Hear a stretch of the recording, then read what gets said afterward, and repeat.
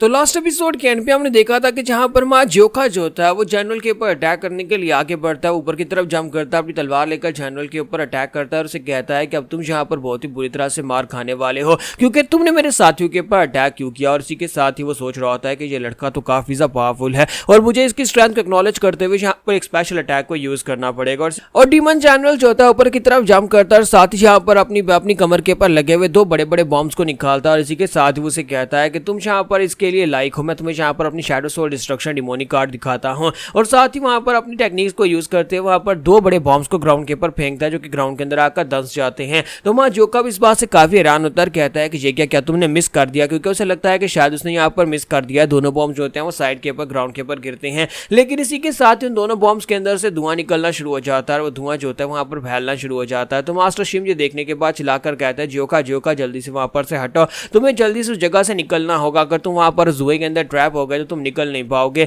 जबकि इसी के साथ ही जनरल उसे कहता है कि अब बहुत ज्यादा देर हो चुकी है, ये पहले यहाँ पर मेरे इस अटैक के अंदर पूरी तरह से कंट्रोल में आ चुका है। और साथ ही वहां पर से धुआं निकलता है, वो धुआं जो होता है आसपास एक स्फीयर बनाना शुरू कर देता है, यानी कि वो जोखा के आसपास वहां पर फैलना शुरू हो जाता है और जोखा जो होता है उस स्फीयर के अंदर ट्रैप होने लगा है। दूसरी तरफ से दिखाते हैं कि वहां पर जो कैप्टन होता है वो भी सोच रहा होता है कि अब जबकि इस लड़के ने यहाँ पर जनरल के साथ फाइट मोल लिया तो ये लड़का मरने वाला है, क्योंकि अब इसके बचने के चांसेस जीरो हैं। कोई भी इस टेक्निक को देखने के बाद जिंदा नहीं बच पाता, क्योंकि ये टेक्निक अब तक की सबसे स्ट्रॉन्गेस्ट और सबसे अजीब टेक्निक है। यहाँ पर जूम आउट सीन दिखाते हैं जिसमें दिखाते हैं कि मां जोका जो होता है एक बड़े से एनर्जी स्फीयर के अंदर पूरी तरह से ट्रैप हो चुका होता है। एक बड़ा सा एनर्जी का गोला बनता है और मां जोका उसके अंदर ट्रैप हो गया है। तो इसी के साथ ही वहां पर जोखा के अंदर का सीन दिखाता है कि मां जोखा जो होता है उसके अंदर ऐसे लगता है जैसे कि उसके अंदर पानी के अंदर डूब रहा हो और उसके लिए वहां पर सांस लेना भी काफी ज्यादा मुश्किल हो रहा होता है, क्योंकि वो एनर्जी स्फीयर जो होता है उसे पूरी तरह से वहां पर उसकी सांस बंद कर रहा होता है। तो मां जोका कहता है कि मैं सांस नहीं ले पा रहा, मुझे ऐसा लग रहा है जैसे मेरी बॉडी बहुत ज्यादा हैवी हो गई, मुझे ऐसे लगता है जैसे कि मैं किसी दलदल के अंदर गिर गया हूं,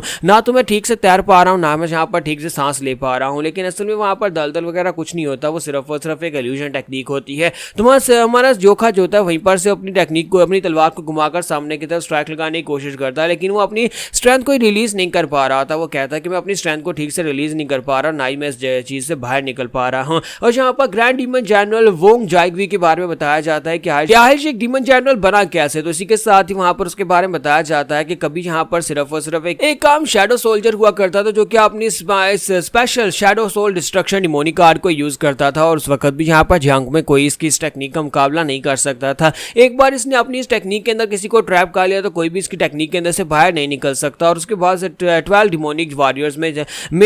प्रमोट कर दिया गया। जब ये 12 डिमोनिक वॉरियर्स में प्रमोट हुआ तो उसके बाद इसके सामने कोई भी टिक नहीं सकता था और आहिस्ता आहिस्ता इसकी पावर लेवल इतनी बढ़ती गई और इसने अपनी टेक्निक को इतना बेहतर बना लिया कि अब यहाँ पर हमारे जनरल्स में आ चुका है। अभी तक हमारे यहाँ पर 6 जनरल्स हैं, 6 डीमन जनरल्स और 6 डीमन जनरल्स में शामिल है। और जोन जोखा इस वक्त जिस टेक्निक के अंदर ट्रैप हो चुका है वो उस टेक्निक से कभी निकल नहीं पाएगा। तुम्हारा जोन जो होता है वहां पर से निकलने की कोशिश कर रहा होता है, लेकिन उसके लिए वहां से निकलना इम्पॉसिबल हो गया है, क्योंकि वो इस तरह की सिचुएशन में पहले कभी भी ट्रैप नहीं हुआ और ऐसे लगता है कि अब वो यहाँ पर इस जगह से निकल नहीं पाएगा। लेकिन साथ ही वो सोच रहा होता है कि अब मैं यहाँ पर क्या करूँ, मेरी स्ट्रेंथ आहिस्ता आहिस्ता मेरा साथ छोड़ती जा रही है, अगर इस तरह चलता रहा तो मेरा दम घुट जाएगा और मैं यहीं पर मारा जाऊंगा। तुम्हारा जोखा जैसे वहां पर अपनी आंखें बंद करता है, इसी के साथ ही सेठ चुंजी की बात याद आती है। सेठ चुंजी से बात करते वक्त एक बार उन्होंने यहाँ पर कहा था हमारे म्यूजियम के अंदर बहुत ही एक्स्ट्रा ऑर्डिनरी टेक्निक्स है, बहुत सारे मार्शल मास्टर्स हैं जो कि अजीबोगरीब टेक्निक्स को यूज करते हैं, लेकिन उन टेक्निक्स को तुम्हारे लिए काउंटर करना काफी ज्यादा आसान है, क्योंकि सारी की सारी फिजिकल टेक्निक होने वाली है और फिजिकल स्ट्रेंथ के मुकाबले में तुम यहाँ पर काफी ज्यादा स्ट्रॉन्गर और बेहतर हो। लेकिन तुम्हें यहाँ पर सबसे ज्यादा दिक्कत इस चीज से होने वाली है जिसमें यहाँ पर सोसरी को यूज किया जाता है। तुम्हारा जोखा उनसे कहता है कि स्टडी करना बहुत ज्यादा बोरिंग है, लेकिन मुझे बताएं कि सोसरी क्या होती है, मुझे यहाँ पर उसके बारे में नहीं पता। तो वो उसे कहता है कि सोसरी होती है वो लोग जो कि मैजिक को यूज करते हैं, उन्हें सोसरर्स कहा जाता है, जो कि मैजिकल टेक्निक्स को यूज करते हैं। ऐसी मैजिकल टेक्निक्स जिनमें एक बार तुम ट्रैप हो गए तो एक इल्यूजन टेक्निक की तरह होती है, जो होती भी और नहीं भी होती, लेकिन उनके अंदर से निकलना बहुत ज्यादा मुश्किल होता है क्योंकि वो तुम्हारे दिमाग के साथ खेलती हैं। तो हमारा जोन उनसे कहता है तो अगर मैं कभी यहाँ पर इस तरह की टेक्निक में फंस जाता हूँ तो फिर बताएं कि मैं इस तरह की टेक्निक को कैसे डिस्ट्रॉय करूंगा। तो मास्टर सेठ चुंजी से कहते हैं कि तुम्हें यहाँ पर अगर इस तरह की टेक्निक के अंदर फंस जाते हो तो इस टेक्निक को डिस्ट्रॉय करना बहुत ज्यादा आसान होता है, लेकिन उसके लिए एडवांस प्रिपरेशंस की जरूरत पड़ती है। यानी जो टेक्निक को परफॉर्म कर रहा है वो पहले यहाँ पर कोई ना कोई तैयारी जरूर करता है, यानी कि जो भी यहाँ पर मैजिक को परफॉर्म करेगा उसके लिए उसे कुछ ना कुछ करना पड़ेगा। और तुम्हें यहाँ पर यह देखना होगा कि उसने अटैक करने से पहले क्या किया था। अगर तुम उस चीज को डिस्ट्रॉय कर देते हो तो फिर तुम यहाँ पर उस टेक्निक के अंदर से बड़ी आसानी से निकल सकते हो, उसके स्पेल को तोड़ सकते हो। तुम्हारा जोन सोच रहा होता है कि अब मुझे यहाँ पर ये सोचना होगा कि इस टेक्निक को रिलीज करने से पहले उसने क्या किया था, यानी कि इसकी क्या उसने तैयारी की थी। अगर से चुंजी ने मुझे जो भी बताया था वो सच है तो फिर मैं यहाँ पर इस टेक्निक को जिस चीज़ से बनाया गया है मैं उस चीज़ की बेस को हिलाकर इस टेक्निक से अपने आप को निकाल सकता हूँ। 5 योका इसी के साथ याद करता है कि इस टेक्निक को रिलीज करने से पहले उस बंदे ने, उस जनरल ने मेरे आसपास 4 बॉम्ब्स फेंके थे। वो ग्राउंड के अंदर आकर धंस गए थे और उनके अंदर से धुआं निकलना शुरू हुआ था। उन्होंने मुझे हिट नहीं किया था, मुझे लगा कि उसने मिस कर दिया, लेकिन मुझे लगता है कि वही उसकी तैयारी थी, उसने यहीं पर इसकी बेस बनाई थी। तो अगर मैं यहाँ पर इस चीज़ को यहाँ पर यानी कि जो बॉम्ब ग्राउंड के ऊपर धंसे हुए हैं सभी को हिला देता हूँ, यानी इसको यहाँ पर से नीचे गिरा देता हूँ, तो फिर इसका मतलब यह है कि ये जो टेक्निक है मैं इससे आज़ाद हो जाऊँगा। और उसके लिए मुझे यहाँ पर पूरे ग्राउंड को शेक करना होगा और उसके लिए मुझे ग्राउंड के ऊपर अटैक करना पड़ेगा, तभी मैं यहाँ पर पूरे ग्राउंड को शेक कर सकता हूँ। मुझे लगता है कि जो कुछ भी मैं यहाँ पर फेस कर रहा हूँ वो सब कुछ उसी की वजह से है। तो हमारा जोन जो होता है वहाँ पर सोच रहा होता है कि मैं अपनी आखिरी स्ट्रेंथ को, बची कुछ स्ट्रेंथ को यहाँ पर यूज़ करने वाला हूँ और अपने हाथ को सामने की तरफ करता है, अपनी तलवार को पकड़ता है, साथ ही अपनी 9 ह्यूमन स्वॉर्ड टेक्निक को यूज़ करते हुए सामने की तरफ यानी ग्राउंड के ऊपर एक स्ट्राइक लगाने लगा। उसे पता नहीं है कि ग्राउंड किस तरफ है, क्योंकि वो एक स्फीयर के अंदर ट्रैप है जहाँ पर उसे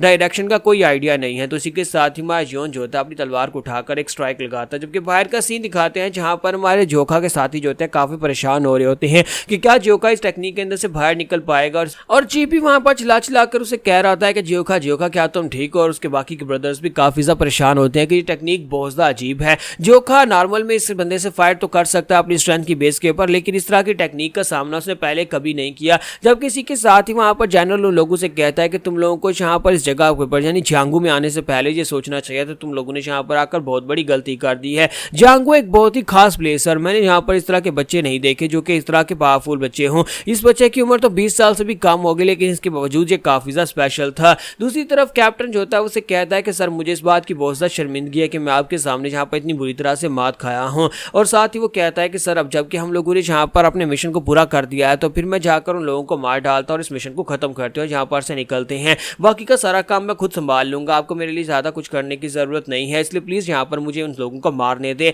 तो डीमन जनरल उसे कहता है ठीक है जाओ जाकर उन मर्चेंट ग्रुप के और बाकी के सभी लोगों को मार डालो, इस मिशन को खत्म करते हैं और यहाँ पर से निकलते हैं। लेकिन इसी के साथ यहाँ पर अजीब सा अर्थक्वेक महसूस होता है। वो कहता है ग्राउंड हिल क्यों रहा है, क्योंकि हमारा जोखा जो होता है वहां पर अटैक करता है ग्राउंड के ऊपर। तो इसी के साथ उसने जो बॉम्ब वहां पर ग्राउंड के अंदर दंसाए थे वो बॉम्ब जो होते हैं उनमें से एक बॉम्ब गिर जाता है और जैसे वो बॉम्ब वहां पर गिरता है इसी के साथ ही जोखा जो होता है वहां पर उस स्फीयर के अंदर से आजाद हो जाता है। वहां पर जबरदस्त लाइट निकलती है और लाइट निकलने के साथ एक बहुत ही बड़ा धमाका होता है, इसी के साथ वो स्फीयर वहां पर फट जाता है। कैप्टन इस बात से काफी हैरान होता है। मास्टर शिव कहते हैं कि सीरियसली मैंने इस तरह की मॉन्स्ट्रोसिटी को पहले भी फेस किया और अब यहाँ पर इन लोगों की नानी इनको याद आने वाली है, यानी कि जोखा इनको बहुत ही बुरी तरह से पीटने वाला है। तुम्हारा जोखा जो होता है वहां पर स्फीयर के अंदर से बाहर निकलता है। बाहर निकलने के बाद कहता है कि तुम्हारी टेक्निक ने मुझे बहुत ज्यादा परेशान कर दिया। जबकि डीमन जनरल जो होता है और उसके साथ साथ कैप्टन जो होते हैं वो दोनों काफी ज्यादा घबरा जाते हैं और कहते हैं कि soul shadow destruction demonic card जो है वो एक बहुत ही पावरफुल लॉट है, अभी तक कोई इस टेक्निक को तोड़ नहीं पाया, इस लड़के ने इस टेक्निक को तोड़ दिया। इसका मतलब यह है कि ये लड़का एक इंसान नहीं है और हम सभी लोग यहाँ पर बुरी तरह से मार खाने वाले हैं। तो यहाँ पर हमारी एपिसोड 45 का एंड होगा और नेक्स्ट एपिसोड में देखेंगे कब आगे क्या होने वाला है।